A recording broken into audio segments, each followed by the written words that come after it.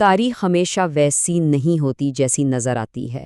آج ہم برِ صغیر کی ہزاروں سالہ تاریخ کا ایک ایسا گہرا جائزہ لینے والے ہیں جہاں ہم اس خطے کی عظیم ترین تہذیبوں اور مشہور تاریخی شخصیات کے پیچھے چھپے ہوئے حقائق اور افسانوں سے پردہ اٹھائیں گے۔ تو چلیے ان پوشیدہ سچائیوں کی کھوج شروع کرتے ہیں۔ ہمارے اس تاریخی سفر کا کینوس واقعی بہت وسیع ہے۔ ذرا تصور کریں، 7000 قبل مسیح کے مہر گڑھ اور اس کے حیرت انگیز قدیم شہری کمالات سے لے کر 20ویں صدی کی خون ریز اور دھماکہ خیز آزادی کی جدوجہد تک، یہ ہماری تاریخ کے ایک بہت ہی طویل اور اہم دور کی مکمل کہانی ہے۔ آج کے اس جائزے میں ہم 5 فیصلہ کن ابواب پر بات کریں گے۔ وادی سندھ کی تہذیب، ہلدی گھاٹی کے شیر مہارانا پرتاپ، مغلیہ شان و شوکت کا شاندار مظہر لال قلعہ، انقلاب کی بے باک آواز بھگت سنگھ، اور آخر میں مہاتما گاندھی کی ایک بے حد پیچیدہ وراثت۔ تو شروعات کرتے ہیں پہلے باب سے۔ وادی سندھ، ایک انتہائی ترقی یافتہ تہذیب۔ ذرا سوچئے، ہزاروں سال پہلے ایک ایسا معاشرہ موجود تھا جس نے شہری منصوبہ بندی اور تعمیرات کے وہ پیچیدہ مسائل بخوبی حل کر لیے تھے جن کا سامنا آج کے جدید شہر بھی کر رہے ہیں۔ ہڑپا میں سڑکیں بالکل 90 ڈگری کے زاویے پر ایک دوسرے کو کاٹتی تھیں، بالکل ایک شطرنج کی بساط کی طرح۔ اور سب سے شاندار چیز ان کا نکاسی آب کا ڈھکا ہوا نظام تھا جو پورے کے پورے شہروں کو سیلاب سے بچاتا تھا۔ پکی ہوئی معیاری اینٹیں اور 2 منزلہ مکانات جن کے بیچ میں باقاعدہ ہوادار صحن ہوتے تھے، یہ سب بتاتا ہے کہ ان کا معیار زندگی کس قدر بلند اور حیرت انگیز تھا۔ اور کمال کی بات یہ ہے کہ وہ صرف بہترین معمار ہی نہیں تھے بلکہ دنیا کے پہلے عالمی تاجر بھی تھے۔ اس دور میں میلوہا، جسے آج ہم وادی سندھ کہتے ہیں، مگن یعنی آج کا عمان، اور دلمن یعنی بحرین کے ساتھ براہ راست جڑا ہوا تھا۔ بحریہ عرب کی لہروں کو چیرتے ہوئے ان کے تجارتی جہاز دور دراز کے علاقوں تک جاتے تھے۔ تجارت کا ان کا منظم نظام حیران کر دینے والا تھا، جس میں 1، 2، 4، 8 اور 16 کے تناسب پر مبنی وزن استعمال کیے جاتے تھے۔ یہ سیدھا سیدھا ان کی شاندار مہارت اور ایمانداری کا ثبوت ہے۔ اب بڑھتے ہیں دوسرے باب کی طرف۔ مہارانا پرتاپ، ہلدی گھاٹی کا شیر۔ یہ قرون وسطی کی ایک ایسی شاندار مزاحمت کی داستان ہے جس میں ایک راجپوت جنگجو نے غلامی قبول کرنے کے بجائے گھاس کی روٹی کھانا اور جنگلوں میں سونا پسند کیا۔ 1576 کی مشہور زمانہ جنگ ہلدی گھاٹی کے اعداد و شمار کسی کو بھی حیران کر سکتے ہیں۔ ایک طرف مغل شہنشاہ اکبر کی 80,000 فوج کی زبردست طاقت جو بھاری توپخانے اور ہاتھیوں کے بڑے دستے سے لیس تھی، اور دوسری طرف پرتاپ کی فوج میں صرف 20,000 راجپوت اور مقامی بھیل جنگجو۔ لیکن انہوں نے اراولی کے تنگ پہاڑی دروں اور اس کی پیلی مٹی کا بھرپور فائدہ اٹھایا اور اپنے سے کئی گنا بڑی طاقت کے خلاف گوریلا جنگی حکمت عملی کا وہ شاندار استعمال کیا جس کی مثال نہیں ملتی۔ اسی جنگ کے دوران ایک ایسا لمحہ بھی آیا جس نے تاریخ کے پنوں کو ہمیشہ کے لیے رلا دیا۔ پرتاپ کا انتہائی وفادار گھوڑا چیتک دشمن کے وار سے اس کی ایک ٹانگ کٹ چکی تھی، لیکن پھر بھی اپنے مالک کی جان بچانے کے لیے اس نے 3 ٹانگوں پر ایک 22 فٹ لمبی پہاڑی کھائی کو چھلانگ لگا کر عبور کیا اور پھر اپنی جان دے دی۔ ایک جنگجو اور اس کے بے زبان ساتھی کا یہ رشتہ تاریخ میں واقعی بے مثال ہے۔ اور اس طویل جدوجہد کا اختتام دیکھیے، سب سے بڑے سیاسی اور عسکری حریف کو بھی اخلاقی طور پر سر تسلیم خم کرنا پڑا۔ تاریخ بتاتی ہے کہ جب شہنشاہ اکبر کو پرتاپ کی موت کی خبر ملی تو انہوں نے ان الفاظ میں اس بہادری کا اعتراف کیا: پرتاپ، تم نے کبھی اپنی پگڑی مغلوں کے سامنے نہیں جھکائی، اپنے گھوڑے پر داغ نہیں لگنے دیا، تم واقعی میں جیت گئے۔ یہ ایک دشمن کا دوسرے دشمن کو خراج تحسین تھا۔ ہمارا تیسرا باب ہے لال قلعہ، مغلوں کی عظیم شان و شوکت۔ شاہ جہاں کے تعمیر کردہ اس عظیم قلعہ مبارک کے عروج اور زوال کی کہانی انتہائی المناک ہے۔ اس کی خوبصورتی کا اصل راز چھپا تھا نہر بہشت میں۔ یہ کوئی معمولی نالی نہیں تھی بلکہ ایک جدید ترین نہری نظام تھا جو دریائے جمنا کے پانی کو سیدھا قلعے کے محلات اور خیموں کے بیچوں بیچ سے گزارتا تھا۔ پانی کے بہنے کی وہ آواز اور فواروں کی ٹھنڈک اسے واقعی زمین پر جنت کا نمونہ بناتی تھی۔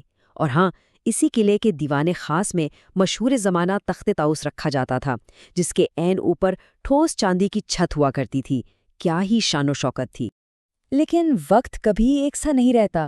1857 کی جنگ آزادی کے بعد برطانوی افواج نے لال قلعے کی روح کو ہی چھلنی کر کے رکھ دیا۔ تقریباً 80% شاہی محلات اور باغات کو مکمل طور پر تباہ کر دیا گیا۔ وہ رنگ محل جو کبھی ریشم اور عطر کی خوشبو سے مہکتا تھا، اسے دھوئیں سے کالی ہونے والی بیرکوں اور ایک عام سے باورچی خانے میں بدل دیا گیا، اور ہندوستان کے آخری مغل شہنشاہ کو ہمیشہ کے لیے رنگون جلا وطن کر دیا گیا۔ یہ ایک دور کا بہت ہی بے رحم اختتام تھا۔ اب ہم چلتے ہیں چوتھے باب کی طرف، بھگت سنگھ انقلاب کی ایک بے باک آواز۔ اس نوجوان کے اندر بغاوت کی آگ اس قدر گہری تھی کہ جب وہ صرف 3 سال کا تھا تو کھیت میں تنکے گاڑ کر کہتا تھا کہ وہ بندوقیں بو رہا ہے تاکہ بڑی ہو کر انگریزوں کو اس ملک سے نکال سکے۔ اس ذہنیت کی سب سے واضح اور حیران کن جھلک 1929 کے اسمبلی بم منصوبے میں ملتی ہے۔ ان کا مقصد کسی کی جان لینا بالکل نہیں تھا۔ ان کا باقاعدہ اور سوچا سمجھا منصوبہ یہ تھا کہ پہلے ایک کم طاقت کا بم خالی جگہ پر پھینکا جائے، پھر ہوا میں پرچے اچھالے جائیں جن پر لکھا ہو کہ بہروں کو سنانے کے لیے دھماکے کی ضرورت ہوتی ہے، اور پھر خود کو رضاکارانہ طور پر گرفتار کروا لیا جائے۔ وہ دراصل ایک سوئی ہوئی قوم کے ضمیر کو جھنجھوڑنا چاہتے تھے۔ اور اس ساری کہانی میں جو چیز سب سے زیادہ حیران کرتی ہے وہ ہے یہ ہنسا۔ صرف 23 سال کی عمر، اس چھوٹی سی عمر میں انہوں نے تختہ دار کو ہنستے ہنستے گلے لگا لیا۔ قید کے دوران 114 دن کی طویل اور انتہائی تکلیف دہ بھوک ہڑتال کر کے انہوں نے حقوق کی جو جنگ لڑی، اس نے انہیں محض ایک شہید نہیں بلکہ ایک لافانی نظریہ بنا دیا۔ ہمارا 5واں اور آخری باب ہے مہاتما گاندھی، ایک انتہائی پیچیدہ وراثت۔